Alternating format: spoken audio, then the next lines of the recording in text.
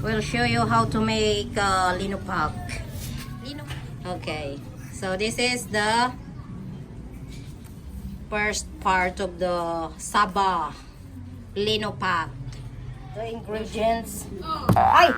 Sorry. This is the young coconut. Old school. Yes, the old school but cool. Yeah, that's what we use for good go the coconut. That's the young coconut and butter because this is a special Nilupak. And queso. Yum. And of course, don't forget the sugar. Sugar. Yep. And this is yummy. We're gonna make lubok-lubok later. Okay, she did it already. She poured the bananas, Saba bananas, and we're gonna do it until they grind everything there. And we're gonna add the ingredients. Atlo in Bicol and Luzon.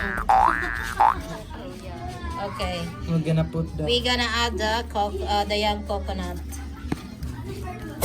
Okay.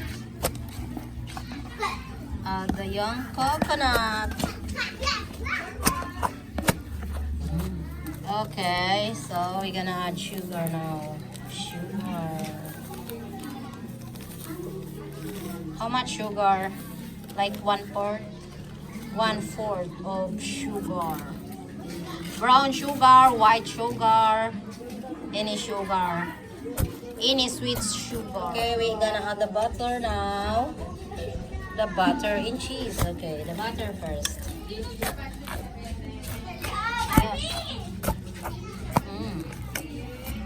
That's the butter.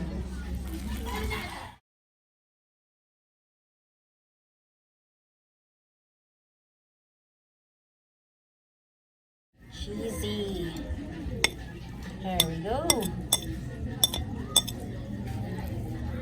Tama na kasi simple no. Oh, tama na yun.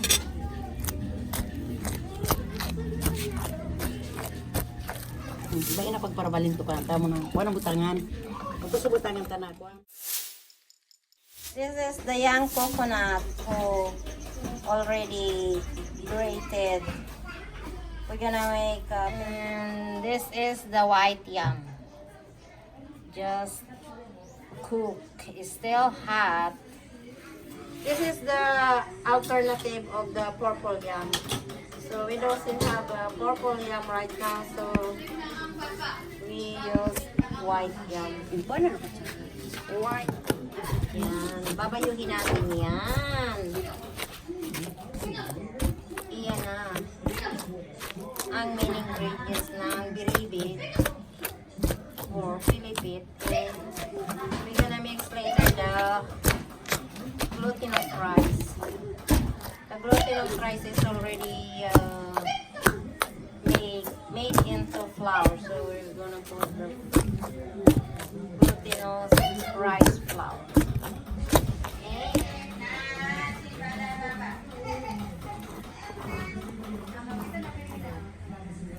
We put all together the rice flour, the white yam, and the young coconut.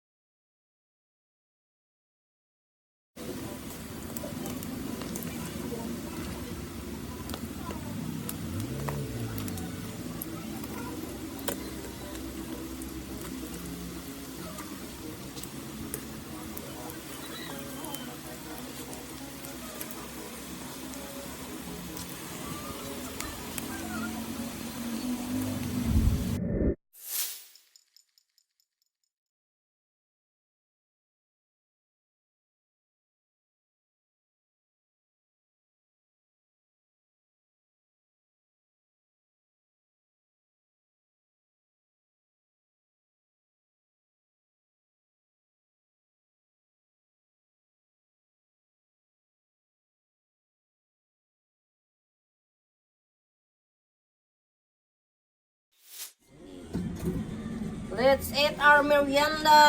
Nakahanap ng mga burong. Okay. Enjoy. Gawin si Baba. Gawin si Baba.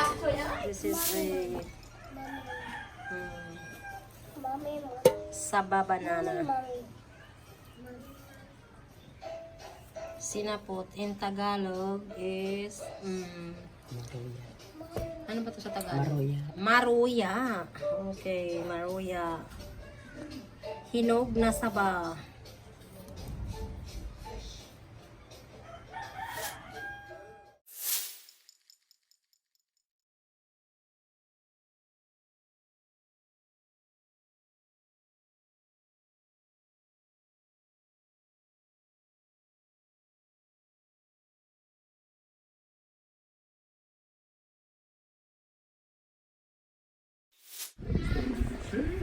This is a fried banana with banana ketchup. Sinapot.